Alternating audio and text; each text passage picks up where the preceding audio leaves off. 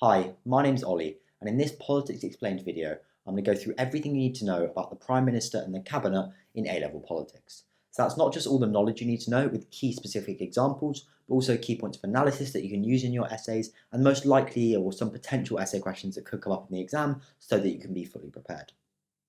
So in this video, I'm going to start by going through the parts of the specification this video covers and some potential essay questions and key debates. From there, I'm going to first look at the power of the Prime Minister and the Cabinet. So looking at the factors that govern the Prime Minister's selection of ministers, the factors that affect the power balance and the relationship between the Prime Minister and the Cabinet, and then look at two key debates. So is the Prime Minister presidential, and can the Prime Minister dominate the Cabinet? Before finally looking at some case studies of recent Prime Ministers, so looking at Thatcher and Blair and Cameron, to give you a lot of examples that you can use in your essays. So yeah, the PDF you should be seeing up there, you can find in the first link in the description to the Politics Explained website, where you can also find lots of resources to help you in your politics A-level, such as essay plans, everything you need to know guides, and also a place to sign up for tutoring if that's something you'd be interested in. So yeah, that's pretty much everything. Let's get into it. So starting off with the parts of the specification this lesson covers. So it's part of the Prime Minister and the Executive topic, and it's 3.3, the Prime Minister and the Cabinet. And that covers both the power of the Prime Minister and the Cabinet, and then three kind of like key case studies of Prime Ministers. So in fact, I'm going to start with that first part, looking at all of the key debates, where we'll have a lot of case studies and examples within that as well, and then look at the case studies of Thatcher, Blair and Cameron. In terms of the key debates you can get asked about in this kind of section of the specification, there's quite a few of them. So one could be the extent to which the Prime Minister is now presidential, also the extent to which the Prime Minister is able to dominate the Cabinet and the kind of the relationship between the Cabinet and the Prime Minister, the extent of the Prime Minister's power overall, the relative importance of different factors in determining the selection of Cabinet ministers, and also the relative importance of different factors in influencing the balance of power between the Prime Minister and the Cabinet. And if you make detailed essay plans on the questions in bold below, or kind of some of them, and maybe you could do some not in bold, then you should be really well prepared for the exam, and you should be able to kind of then be able to translate the content in those to kind of approaching different questions as well, obviously in a kind of individual way, but kind of you can take some particular paragraphs or a lot of points, and obviously making those essay plans practices actually planning an essay as well, which you'll have to do in the exam. So the ones in bold will soon be available to purchase on the Politics Explained website as part of the UK government, the package of UK government essay plans, but they are also really useful to make yourself, as it's a really good revision method. So yeah, starting off with the power of the Prime Minister and the Cabinet. So firstly, how does the Prime Minister select their Cabinet? So they select their Cabinet at the start of their premiership. So they select their first Cabinet, choose their whole 23 Cabinet Ministers, and after this, whilst they're Prime Minister, they often reshuffle their Cabinet, kind of replacing some ministers and kind of removing others in order to maintain their authority and keep the Cabinet fresh. In terms of the factors governing the Prime Minister's selection of ministers, the first one I'm going to look at is individual competence and experience. So this is a key factor because running a large and complex government department is very difficult, and Prime Ministers therefore have to be very confident that the ministers will be able to run those departments effectively. And in order to do that, they kind of often choose ministers who have sufficient experience and specialist knowledge in the kind of area of the department. A key example of Prime Ministers selecting their Cabinet according to competence is Jeremy Hunt, who's the current Chancellor and was brought in as Chancellor by Liz Truss to replace Kwarteng after the failure of their economic reforms, and then he was kept in by Rishi Sunak when Rishi Sunak became Prime Minister. This is because he'd served in the Cabinet for 9 years since 2010, and he was seen as a safe pair of hands after Kwasi Kwarteng was sacked, and that's a key reason why Sunak kept him as well after replacing Truss as Prime Minister. Another good example of a minister who was chosen due to their competence and experience is Ben Wallace, who has been the Secretary of State for Defence under Johnson, Sunak, and was Secretary of State for Defence under Truss as well, due to his experience as a former soldier and his perceived competence in the job. On the other hand, kind of individual competence and experience, it can be countered and suggested that it's not always the case that this is kind of prioritised as a factor. So Liz Truss appointed Kwasi Kwarteng and James Cleverly to really important roles, both of whom had limited experience in government. So Kwarteng, for example, had served in the Cabinet for just 2 years. And then a final way in which kind of competence and kind of future competence potentially is considered is that prime ministers sometimes consider the prospects of MPs becoming future cabinet ministers when they select their junior ministers. So, for example, David Cameron made Liz Truss a junior minister in 2012, and then she was able from that to kind of then become a cabinet minister in 2014, and then eventually rise up in the ranks and become prime minister in 2022. So that's the first one, individual competence and experience. I think that's a really important one. A second thing prime ministers consider is establishing their authority. So when they become prime minister, they often seek to stamp their authority over their party by removing certain cabinet ministers and replacing them with their own allies. So when Liz Truss became PM, she removed important members of Johnson's cabinet, including Raab, Dorries and Priti Patel. And Rishi Sunak did this too, bringing back Dominic Raab as Justice Secretary, bringing back Michael Gove and Suella Braverman as Home Secretary, despite the fact that Truss had sacked her just weeks earlier for breaking the ministerial code. Another key factor that prime ministers consider is loyalty and political reliability. So loyalty in particular, loyalty and political reliability, I think could be seen as really important because prime ministers not only seek to reward the loyalty of key allies who may have helped them in their kind of campaign to become prime minister, they also know that they'll accept collective responsibility and support government policy in public. So they need people that they can trust. As the Prime Minister must be confident that ministers won't destabilise or embarrass the government by going off message to the media or questioning its policies. In his 2020 cabinet reshuffle, Boris Johnson, for example, sacked Northern Ireland Secretary Julian Smith and replaced him with ally Brandon Smith. This was despite the fact that Julian Smith was seen as a very effective Northern Ireland Secretary and well liked within Northern Ireland as well. And he did that because Julian Smith had spoken out against a no-deal Brexit and therefore showed a lack of loyalty. So he removed a minister who was individually very competent because he hadn't shown enough loyalty. And loyalty was also a major factor in Liz Truss's selection of her cabinet, almost all of whom had supported her in her leadership campaign. On the other hand, though, loyalty and political reliability must be balanced with prime ministers keeping favour with different factions of their party, and that's where the next factor comes in, and that's ideological balance. So in order to make sure their party stays united, prime ministers often select an ideologically balanced cabinet, which represents different factions of the party. Keeping important members of the party who may oppose you, who may be from a different faction, within the cabinet is effective, as they have to sign up to collective ministerial responsibility and therefore can't publicly challenge the government. So Theresa May, for example, appointed a number of Brexiteers and a number of Remainers to kind of have that ideological balance. So Brexiteers such as Johnson and David Davis, Remainers such as Philip Hammond and Jeremy Hunt. Whilst Blair's cabinets always had some Brownites, and Brown's cabinets after 2007 had some Blairites as well, showing that kind of balance, kind of ideological balance within the party. After leadership elections, another way in which they kind of seek to maintain control over their party by having the ideological balance in different factions is that they offer their failed opponents in the leadership election cabinet positions often. So after Boris Johnson won the leadership election in 2019, he gave cabinet roles to Matt Hancock, Michael Gove, Dominic Raab and Sajid Javid, all of whom had run against him in the leadership campaign. More recently, though, prime ministers have been seen to have placed less importance on this ideological balance and placed more importance on loyalty. So popular prime ministers with large majorities in particular may feel safer appointing like-minded ministers and often clear out less supportive ministers in cabinet reshuffles. But even Liz Truss, who she did have a big majority, but she wasn't an amazingly popular prime minister, kind of really didn't put that much emphasis on ideological balance and put a lot more emphasis on loyalty. So she didn't offer Rishi Sunak a cabinet position after defeating him in the Conservative Party leadership election and appointed a lot of allies. Boris Johnson also appointed a significant number of Brexiteers and allies to his first cabinet, with Home Secretary Priti Patel and Foreign Secretary Dominic Raab both being Brexiteers. So that's ideological balance. The final factor I'm going to look at is direct representation and diversity. So especially in recent years, prime ministers have found it important to ensure their cabinets are somewhat representative of the population in terms of gender and ethnicity in particular, and these may be factors they consider when choosing their cabinet. So Blair appointed Margaret Beckett as Britain's first female Home Secretary, and Brown appointed Jackie Smith as the first, Beckett was the first female Foreign Secretary, and Brown appointed Jackie Smith as the first female Home Secretary. And I think both prime ministers made quite a point of it in kind of showing they were trying to have a more diverse cabinet. More recently, there have been more diverse cabinets as well. So Boris Johnson's December cabinet had 6 ethnic minority members out of a total of 23, and Rishi Sunak's current cabinet has 4 ethnic minority members out of a total 23. Overall, kind of as a counter to that, however, Parliament and the government are still largely dominated by white men and are broadly very unrepresentative still. So the current cabinet has just 7 out of 23 members which are women, and recent cabinets under Theresa May and Cameron in particular were very unrepresentative.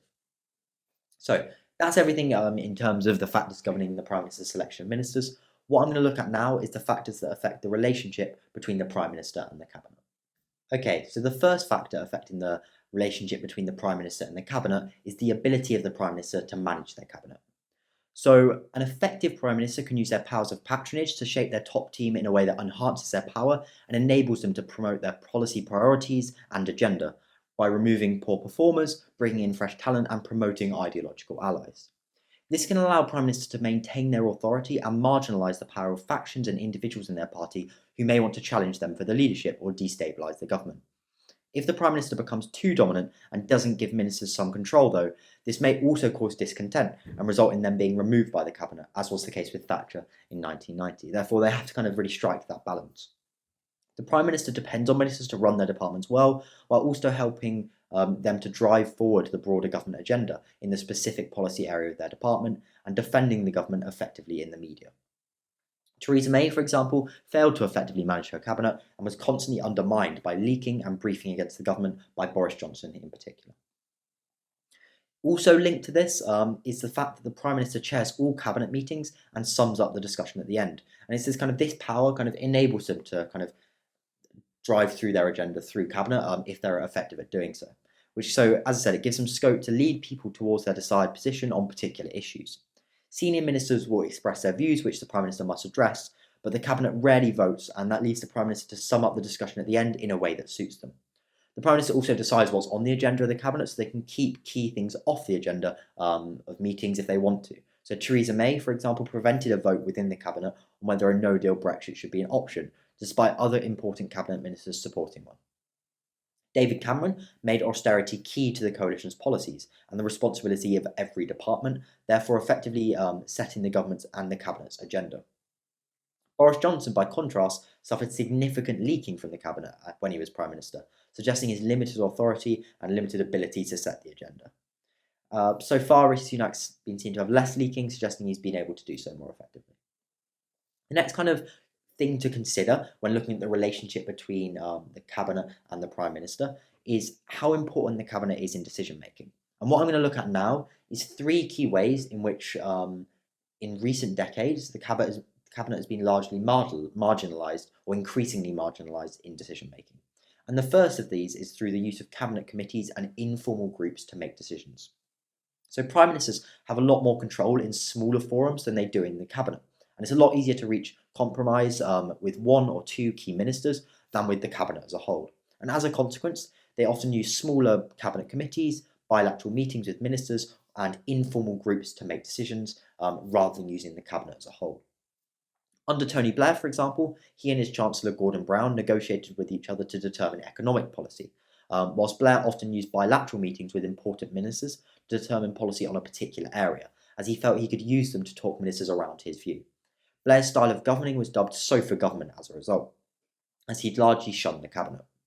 In the coalition, the Quad, what was known as the Quad, was used to make a number of key decisions and resolve issues between the Conservatives and the Lib Dems. And that Quad consisted of David Cameron, his Chancellor, who was also a Conservative, George Osborne, and then 2 Lib Dems, leader of the Lib Dems, Nick Clegg, and kind of second in command in the Lib Dems, Danny Alexander.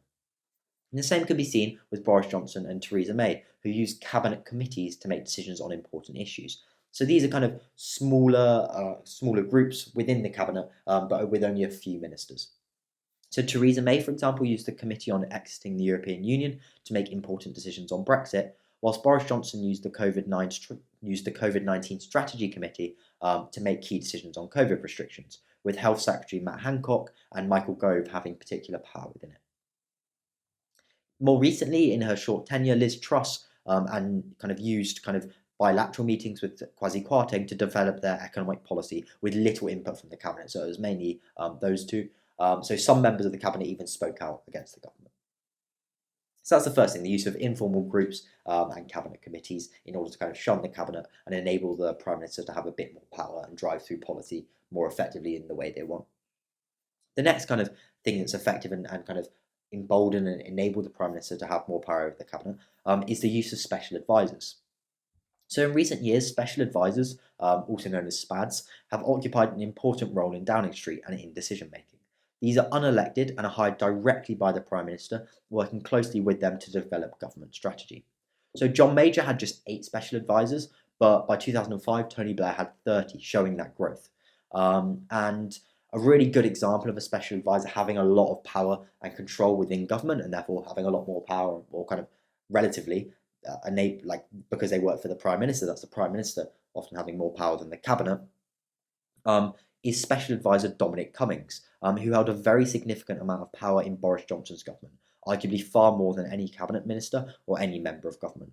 And Boris Johnson even took a significant hit to the government's popularity to defend Dominic Cummings after he broke COVID rules by driving from London to Barnard Castle during the COVID pandemic. So the fact that Boris Johnson was kind of willing to stick out his neck on the line and take a big hit to his popularity in order to protect Cummings shows how much power Cummings had within government decision making and how important he was to it.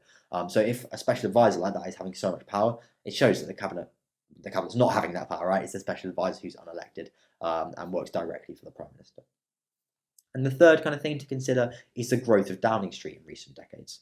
So whilst in the past, Prime Ministers had little central support and relied a great deal more on the cabinet as ministers, had the administrative support of large departments, modern Prime Ministers now are well supported by the Prime Minister's office and the Cabinet Office, as well as a number of other kind of offices within Downing Street. And these Prime Minister's office and Cabinet Office work closely with the Prime Minister under Blair, with Prime Minister Blair, to coordinate policy across departments. So what you see is that kind of these have helped the move away from cabinet government, where the cabinet really makes all the key decisions, to kind of the Prime Minister having a bit more power themselves. And these resources within Downing Street are now arguably greater than those available to many ministers, and enable the Prime Minister to have an overview of policy and drive delivery and strategy across government. So whilst at first Cameron, when he was Prime Minister, deliberately tried to allow ministers to have more autonomy, after kind of running into some problems, in 2011 he strengthened the centre again with the creation of the Policy and Implementation Unit in Downing Street in 2011.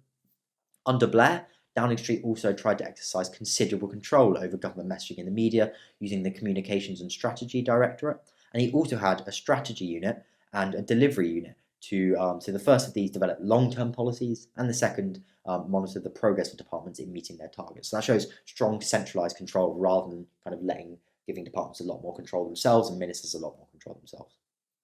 Under Boris Johnson during COVID, daily televised press briefings were used to control government messaging in relation to the pandemic. So it shows how it was quite centralised around the Prime Minister as well. And then a final kind of group of factors to look at when considering the relationship between the Prime Minister and the Cabinet is the political and party context. And the first thing of these is to consider is the size of a government's majority. So when the PM has a large majority, it strengthens their power and control over the party and the Cabinet, as they can risk upsetting certain parts of their party while still being able to pass policies through Parliament. So Blair's majorities, for example, meant that he could endure several rebellions from the Labour left without suffering serious defeats and still being able to kind of pass through his policies. And that kind of gave Blair a lot more power over the cabinet as well, especially kind of members from the left of the party who were in the cabinet. When the Prime Minister has a smaller majority, by contrast, rebellions can be a lot more damaging, and Prime Ministers therefore have to have less control over the cabinet, as they need to keep key individuals who kind of may oppose them, who are from different factions of the party within the cabinet, and keep them on side. Therefore, the cabinet kind of has a lot more bargaining power. So if a member of the cabinet who's from a different faction can say, okay, we're not going to vote for you if you don't do this, then the kind of Prime Minister is going to have to listen to them a lot more if they have a smaller majority, because that faction not voting for them is very likely to risk them not being able to pass their vote. But if they have a big majority, that faction has less power, because if they don't vote for it, the Prime Minister might still be able to pass that policy through Parliament. So Theresa May, for example, had much less control over her cabinet than Blair after losing her majority in the 2017 election, with Brexit supporting ministers, with Boris Johnson in particular, consistently briefing against the government and sometimes even speaking out against the government and voting against the government, which showed how she had a lot less control over her cabinet, with collective ministerial responsibility largely breaking down. The next one, which for me is a really important factor in influencing the relationship between the Prime Minister and the Cabinet, is the popularity of the Prime Minister and the electoral prospects of the party. So the popularity of a Prime Minister with the public is highly important in influencing whether they're able to exercise control over their Cabinet and over their party. If a Prime Minister is popular with the electorate, they will be supported by their Cabinet and party, as they'll help MPs and Cabinet members get elected in the next election and therefore keep their jobs because they're very popular and people will want to vote for them. If a Prime Minister is very unpopular, or even just somewhat unpopular, however, they'll be seen as an electoral liability, as they might actually be a negative factor that takes votes away from a party and therefore takes votes away from MPs of that governing party. And if that happens, if they do become really unpopular, the party and the cabinet will often turn on them and seek to remove them. So Thatcher, for example, was very popular midway through being Prime Minister and was able to exercise significant control over her cabinet in that period, bringing in a lot of allies. However, because she became unpopular with the public near the end of her premiership, and she was unpopular with her cabinet as well, after, for example, trying to push through the poll tax, despite it being very unpopular with the public and being very unpopular with members of the cabinet.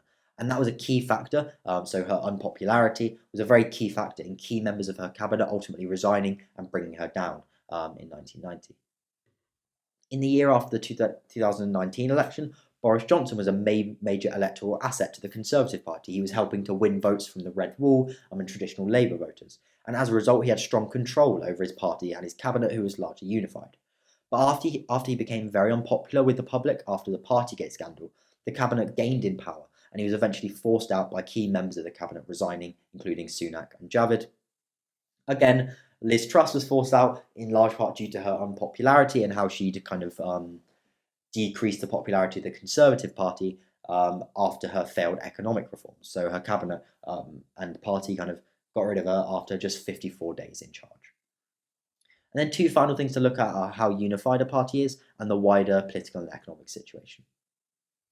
So in terms of how unified a party is, Prime Ministers are going to be a lot better able to manage their cabinet and their party if that party is unified, because there won't be different factions competing against each other. Whereas if that party is very divided, as it was under Theresa May, for example, between hard Brexiteers and kind of one nation conservatives, it's a lot more difficult to control, and it's a lot more difficult for the Prime Minister to therefore exercise control over their cabinet and over their party.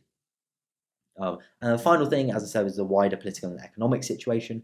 So the ability of the Prime Minister to control the cabinet is also to a large degree shaped by external events and pressures which will influence their popularity, for example. So crises can really damage the Prime Minister, or crises can actually help them. So so one way that crises can damage Prime Minister is if they harm their popularity, such as the 2008 financial crisis harmed Labour and Gordon Brown. But if Prime Ministers can be seen to deal with crises well, then that can also help their popularity, such as Tony Blair, whose approval ratings reached over 90% after he was seen as dealing with the death of Princess Diana relatively well. And Prime Ministers are more likely to be popular and have effective control over their cabinet when they're presiding over a successful economy, as Thatcher and Blair were for a long time. But if the economy takes a massive hit, as it did with Truss, their party's kind of support is going to go massively down. That's going to result in their cabinet losing a lot of losing faith in them and getting rid of them. So yeah, that's everything in terms of different factors influencing the relationship between the cabinet and the Prime Minister. What I'm going to look at now is the presidentialisation of the Prime Minister and the debate over whether the Prime Minister is presidential. So firstly, what does the presidentialisation of the Prime Minister mean? What does it imply? So the presidentialisation of the Prime Minister suggests that the Prime Minister is increasingly acting like and having the powers of a US president. It's linked to Michael Foley's concept of spatial leadership and suggests that Prime Ministers are becoming more like US presidents by distancing themselves from the party and government for which they are responsible. So they present themselves as outsiders and develop personal popularity using the media in particular. So what I'm going to look at is some key arguments that they have become more presidential and then some counter-arguments suggesting that they haven't. The first argument that they have become more presidential is that they often behave like a head of state. So the Prime Minister often acts like a head of state, particularly in the context of foreign policy and in emergencies when they can rally the country behind them. So in the UK, the Prime Minister isn't the head of state. They're not the head of the country. The head of state is the monarch, whereas in the US, the President is the head of state. But increasingly in this context of foreign policy and in emergencies, the kind of Prime Minister has been taking on a very presidential role. So Tony Blair, for example, with foreign policy, drove through foreign policy in the Iraq War and had a very close personal relationship with George Bush.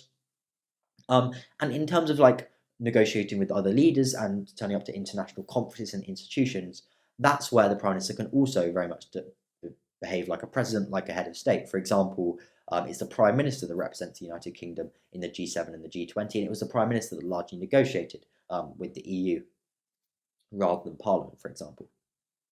And then again, in emergencies as well. So during the COVID-19 pandemic, Prime Minister Boris Johnson was initially very popular and rallied the country behind him against the pandemic, whilst hosting regular press conferences about the pandemic on TV. So the fact he was able to kind of rally the country behind him in an emergency and really speak for the country can be seen as kind of very much acting like a US president, like a head of state.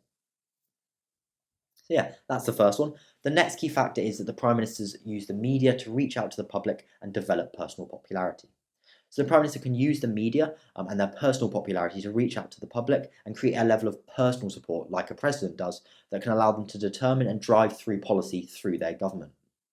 This has been aided by the growth of television and social media, as well as TV debates, and the fact that the media often does focus on party leaders. So Tony Blair was very successful in courting the support of the right-wing press and developing his personal image, and had very high popularity at the start of his premiership, and was, as a result, able to have a lot of control over his cabinet and really drive policy through the government in the same way that, so kind of have more of a greater control than the president has, in the similar way to the president has, because of that personal popularity.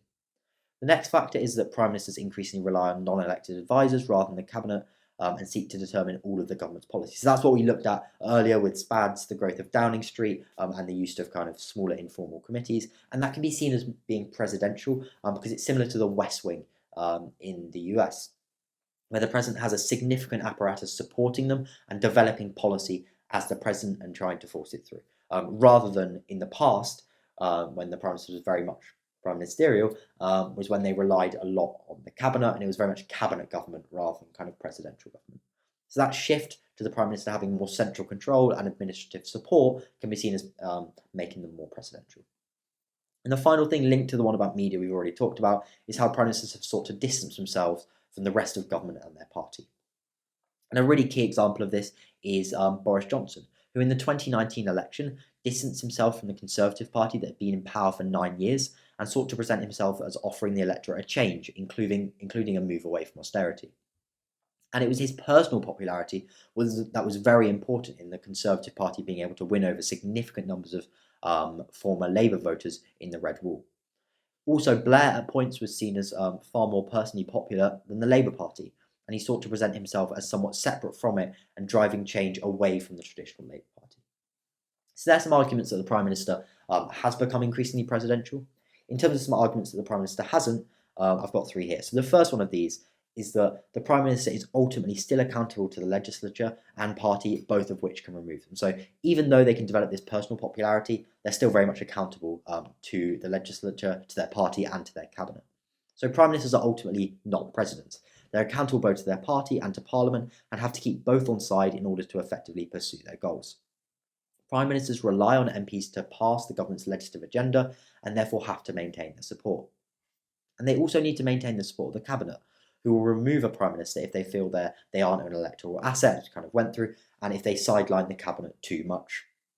And it can be argued that the office of the Prime Minister is elastic, so the more a Prime Minister seeks to expand the office, the more resistance they face. And that can be seen in the reign of Thatcher, who was ultimately removed by her cabinet after seeking to grow her own power too much and sideline the cabinet too much. The next kind of argument that the Prime Minister isn't presidential is that the Prime Minister ultimately still relies on the cabinet. The UK government operates under a core executive model, where power is very fragmented and the Prime Minister can't control all of government policy. They simply can't. Instead, they seek to act as managers, using their appointments power and their ability to offer some coordination to gain as much influence as possible. So they ultimately very much do rely on cabinet ministers to run their departments, whilst relying on cabinet decision-making to settle key disputes and pass policies, especially when there's a cabinet rivalry or the government has a small majority or limited popularity. So when Theresa May was seeking to introduce a Brexit deal, for example, she had to give significant power and really listen to the Brexiteers in her cabinet, including Boris Johnson, who had a lot of influence due to their support among the party, and they forced Theresa May towards a harder Brexit deal.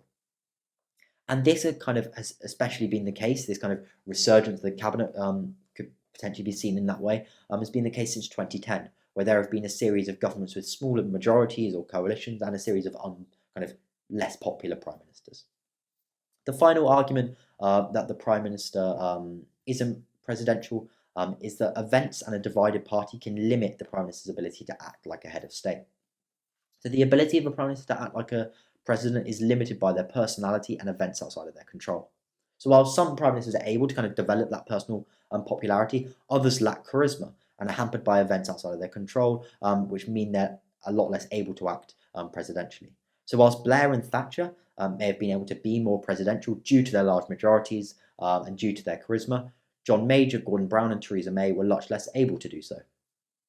Further, as I said, these kind of Gordon Brown, well, not Gordon Brown, but John Major and Theresa May in particular, show how prime ministers are hampered by the size of their majority and their personal popularity.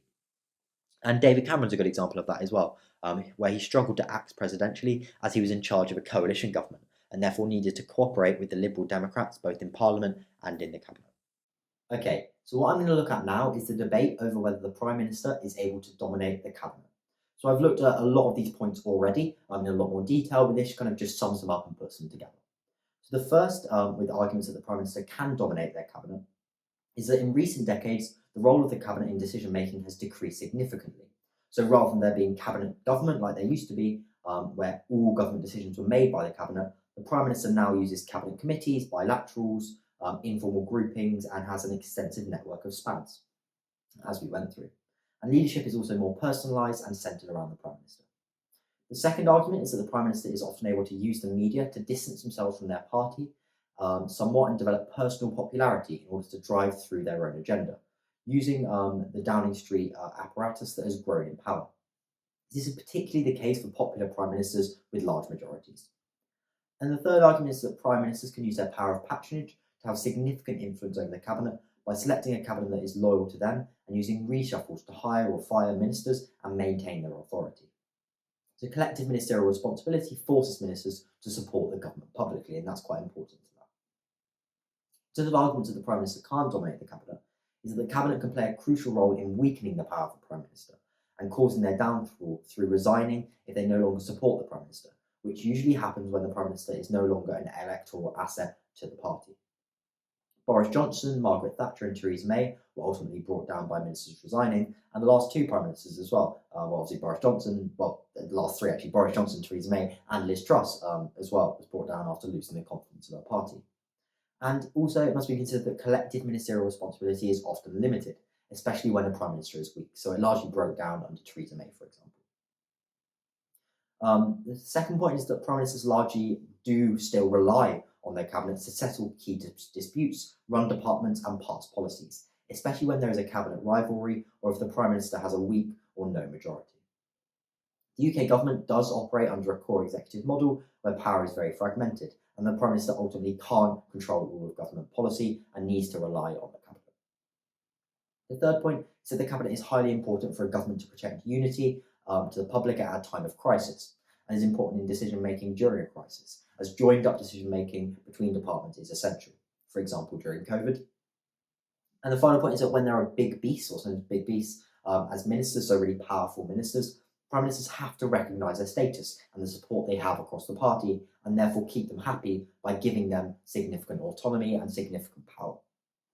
So yeah, that's everything in terms of looking at the power of the prime minister and the cabinet. In a bit more abstract, looking at a lot of points. Obviously, there were a lot of examples in there. What I'm going to look at now, and I'm going to go through these quite quickly. Feel free to pause the video if you want to kind of really read through them in a lot more detail, or go to the Politics Explained website and purchase the Everything You Need to Know guides for the whole of UK government, and this will be included in them. But I'm going to look at case studies of three prime ministers. So starting with Thatcher, then going into Blair, and then more recently with David Cameron. So starting off with Thatcher. So key policies and achievements are that she's kind of generally seen as an agenda-setting prime minister and won 3 elections. She ultimately changed the industrial relations landscape and really did successfully weaken the powers of trade unions, which is one of her key aims. She also instigated massive economic changes, bringing in privatisation of almost all of Britain's key industries and bringing in a neoliberal economy with massively lowering taxes. And she was able to kind of tackle kind of rising inflation and lead to economic growth as a consequence of this. Her victory in the Falklands War boosted her approval ratings when they were very low.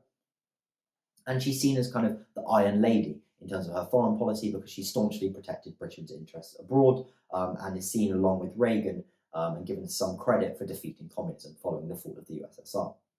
In terms of her main failures and setbacks, it's that up until 1982 she was very unpopular, having introduced unpopular economic measures that didn't yet appear to be having an effect, and she was very reliant in the 1983 election on the Falklands War to win it. So the Falklands War and the victory in it really did boost her popularity, and without that, it was very unlikely that she would have won the 1983 election. Secondly, due to her conviction style and sidelining of her cabinet, she became very unpopular with her cabinet at the end of the reign, and had a lot less power over her cabinet. So at first, she was forced by her chancellor to join the exchange rate mechanism, before ultimately being forced to resign by cabinet resignations.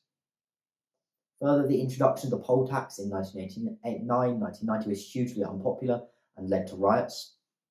And Thatcher pursued the policy despite massive opposition from all sides, including from within her cabinet. And this kind of was ultimately quite important in decreasing her popularity, which ultimately kind of contributed to her downfall. In terms of her strength as Prime Minister, it's that Thatcher was a conviction politician with a very dominant personality who refused to compromise with her opponents. And her supporters like this and think of her as principled and visionary. Through policies such as the Right to Buy scheme, she was able to become popular beyond the traditional Conservative Party base and win the support of some working class voters. And in the early years of her premiership, her skillful management of the cabinet, which she made much less use of than her predecessor, she was able to kind of drive through a lot of policy herself, but her skillful management of it enabled her to cement her authority when her approval ratings were low and when many ministers doubted her policies. And after she became a lot more popular, she was able to kind of really cement her authority in the cabinet and bring in a lot more allies. And then finally, kind of linked to her conviction politics, is that she refused to bow to pressure including from within her cabinet, to tone down her monetarist kind of neoliberal budget of 1981, despite the fact it was very unpopular and that it wasn't going to work immediately.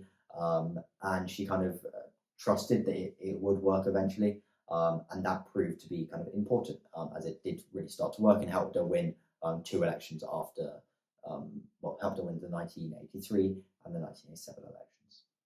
In terms of her weaknesses as the Prime Minister, often they're kind of the flip side of what some people see as her strength, is that she made much less use of her cabinet than her predecessors, keeping many issues away from the cabinet and often beginning cabinet discussions by announcing government policy on an issue rather than kind of seeking to debate it and come to an agreement.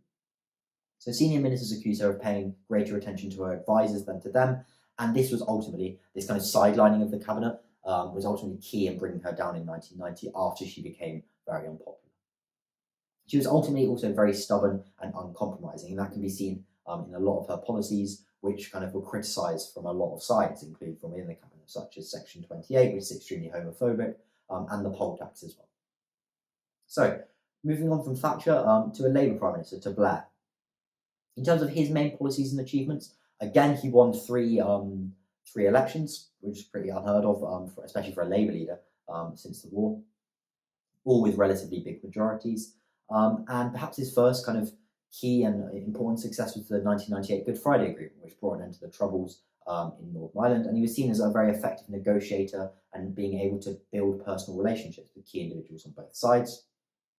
In his first term, he also introduced a number of really key constitutional reforms, and he had relative success in introducing the ideas and methods of the business sector, really kind of furthering neoliberalism, into kind of improving the delivery of the public sector, particularly in education and health, such as in education with self-governing academies, and in health with the setting up of foundation hospitals.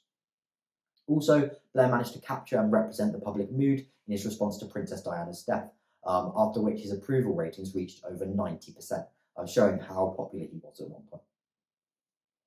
In terms of his main setbacks and failures, the crucial one is Iraq. So he took Britain to war in Iraq in 2003 and lost a lot of credibility afterwards. So it inflicted particular lasting damage on his reputation, as after kind of Saddam Hussein was removed, the country really disintegrated. There was very little order within the country, and it kind of proved that there was no real plan with the US for the reconstruction of Iraq after the toppling of Saddam Hussein. And also, crucially, critics focused on the fact that Blair's willingness, Blair was very willing to go to the war on the basis of unsubstantiated claims that Iraq possessed weapons of mass destruction. And another key kind of setback or failure quite early in his time was that within months of Blair becoming Prime Minister in 1997, he faced criticism following the revelation that Bernie Ecclestone, a motor racing boss, had donated £1 million to the Labour Party, and the fact that it was alleged that there was a link between this and a delay in implementing a ban on tobacco advertising in F1 racing. And Blair was kind of forced to go onto TV and justify himself, but the money was subsequently returned. In terms of his strengths as Prime Minister, he ruthlessly insisted on party unity and discipline and was very aware of how to project a winning image through the media. So he had a kind of, I think it's called a Communications and Strategy Directorate within Downing Street that really managed government messaging and was very effective in kind of maintaining control over the cabinet and their messaging and the party as a whole. So, for example, in 1995, he said to John Major, "There's one very big difference. I lead my party, he follows his." For a time, Blair was also extraordinarily popular and had a mandate to make significant policy changes, and he did make those policy changes, especially with Iraq and with constitutional reform. He also placed a strong emphasis on strengthening the centre of UK government in order to cut across departments and tackle problems in a more joined-up manner, and that's what kind of we looked through with the kind of delivery unit, the strategy unit, kind of using Downing Street a lot more, and therefore having more control over overall policy in comparison to the cabinet having control. And also key to this was his informal meetings and sofa government, in which he was able to kind of have a lot more control over policy and determine it more himself. In terms of his weaknesses as a Prime Minister, two key ones I selected are kind of also what can be seen as his strength, as with Thatcher, was the marginalisation of the cabinet. So the use of informal meetings and sofa government greatly marginalised Blair's cabinet. The most spectacular example of this was in the Iraq War, when it did feature on the cabinet agenda, but there was very little discussion on it around the cabinet table, and ministers were denied access to key documents. And this was really criticised afterwards, but is also a way in which he can be seen as presidential. But a key weakness in terms of his power was Gordon Brown. So Gordon Brown's presence as Chancellor placed a significant limitation on Blair's power within government. So the two men had struck an informal deal in May 1994 after the sudden death of former Labour leader John Smith, and effectively Brown allowed Blair to have a clear run at the leadership and to win the leadership election in return for being promised that he would be Chancellor when they came to power, and that Blair would eventually step down to allow Brown to become Prime Minister and Labour Party leader. But this kind of relationship meant that Blair had to concede a significant amount of control to Brown over a number of key areas, and there was a lot of tension between the two. So Brown kind of had a lot of autonomy over economic policy as Chancellor, and for example, he effectively denied Blair's wish to join the European single currency, to join the euro, by devising 5 economic tests that would first have to be passed, and insisting that the Treasury, which Brown controlled, would determine when they had been met, and ultimately they determined that they hadn't been met. These tensions meant that although Blair had the advantage of a broadly united party, with most Labour MPs grateful for him for winning 3 elections, there were destabilising conflicts between Blairite and Brownite factions. So, final Prime Minister I'm going to quickly look at is David Cameron. So in terms of his main policies and achievements, that he introduced a number of progressive social policies, including the legalisation of same-sex marriage. He introduced the minimum wage and the personal allowance. He ultimately brought the UK out of recession and stabilised the financial system after the 2008 financial crash, but he did so with a very harsh programme of austerity that's since been criticised by a lot of groups, and it's had kind of very damaging effects in a lot of areas. He managed to keep the coalition together for a whole 5 years, which can be seen as a great success. And he also introduced further devolution to Scotland and Wales, so it was quite a key one. In terms of his main failures and setbacks, is that he didn't ever win like a big majority. So he won a small majority in 2015, and before that in 2010, he relied on the Lib Dems in the coalition for his majority. The Conservative Party remained divided over Europe throughout his premiership, and this was ultimately what brought him down after he called the EU referendum campaigned for Remain and lost. That was a big failure for Cameron. He was also unable to intervene in militarily in Syria as he had wanted to, due to Parliament voting against it. And he was also kind of mainly very much criticised for austerity, but also criticised for making a number of policy U-turns. In terms of his strengths as Prime Minister, it's that he managed to unite the Conservative Party and the Liberal Democrats behind the need for austerity and get the whole cabinet to implement it. So that can be seen as having significant power in driving through that agenda through government.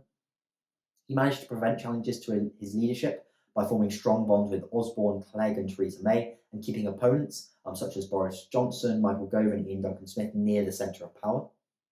So that can be seen as kind of him being quite effective in managing his cabinet.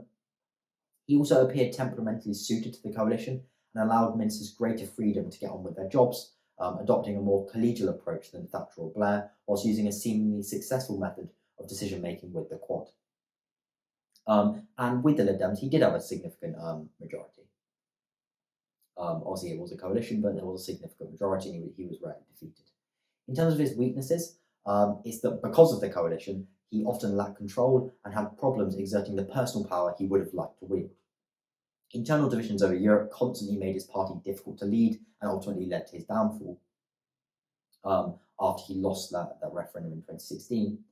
And to a certain extent, he was also constrained by being in charge of a coalition, which limited his power of patronage and his ability to come up with and pass policy ideas. Also meaning he had to constantly manage tensions between the Conservatives and the Lib Dems, as well as within his own party. And also, he never really had a comfortable parliamentary majority, and that can be seen as one of his key weaknesses. So yeah, as I said, I went through those quite quickly, so pause the video if you want to and look at those in a little bit more detail, but also I'm sure you'll have notes from class as well, which you can use for that. So now quickly circling back to a couple of these essay questions and how you could potentially answer them. In terms of evaluate the view that Prime Ministers are able to dominate the Cabinet, I'd go up to those kind of arguments and kind of match them up. So one way you could do it is that how the Cabinet's role in decision-making has decreased significantly against the fact that the Prime Minister still very much relies on the Cabinet. That could be one paragraph. In terms of your second paragraph, you could look at how the Prime Minister is often able to use the media to distance themselves from the party and from their Cabinet. And you could potentially counter that with the fact that they ultimately have to give significant power to big beasts within the party or rely on the Cabinet in emergencies. And the final one, you could potentially talk about how they've able to use their power of patronage to have significant influence over the Cabinet versus the fact that key Cabinet ministers can resign and therefore bring them down. In terms of some of these other questions, evaluate the view that political loyalty is the most important factor governing the Prime Minister's selection of ministers. For that, I'd probably compare political loyalty with 3 other factors in 3 paragraphs. So you could potentially do political loyalty against ideological balance, then against individual competence, and then against diversity, for example. As I said, with all of these, there's no one way to do them. You can answer them in a lot of different ways. Evaluate the view that the popularity of the Prime Minister is the most important factor influencing the balance of power between the Cabinet and Prime Minister. For that one, again, I'd probably do popularity of the Prime Minister against 3 different factors. So you could potentially do popularity of the Prime Minister against how divided or unified the party is for the first paragraph. Then you could do popularity of the Prime Minister against whether they're able to kind of successfully bypass their Cabinet using the kind of growth of Downing Street, SPADs, etc. And then a third one you could do maybe the management skills of the individual Prime Minister against the popularity of the Prime Minister, and then come to a kind of conclusion for each of those. And the final one, evaluate the view that the Prime Minister is now presidential. Again, I just match up some of those arguments that we went through in the presidentialisation of the Prime Minister. So what I'd probably do is how they're able to act as a head of state versus limitations to that ability to act like a head of state. Then I'd do kind of their ability to use the media and develop personal popularity, kind of separate from their party, versus the fact they're still very much held accountable by their party and by their Cabinet. And then I'll probably do in the final paragraph how they're able to kind of bypass their Cabinet somewhat and have that kind of growth of Downing Street similar to the West Wing, and counter that with the fact they still very much rely on their Cabinet in terms of decision making and running departments effectively. So yeah, that should give you some ideas. As I said at the start of the video, on the UK government, in the UK government package of essay plans on the Politics Explained website, which will soon be released, kind of most of these will be in there, so you can have kind of purchase those if you kind of are struggling with them and want some help and want to see how kind of I've planned them. But yeah, that's pretty much everything for this video. As I said, go to the Politics Explained website to find the PDF you've been seeing up here, as well as lots of other resources to help you in your politics A-level, and a place to sign up for tutoring if that's something you'd be interested in. And yeah, leave in the comment section any comments or questions I could help with, and I'll see you in the next video.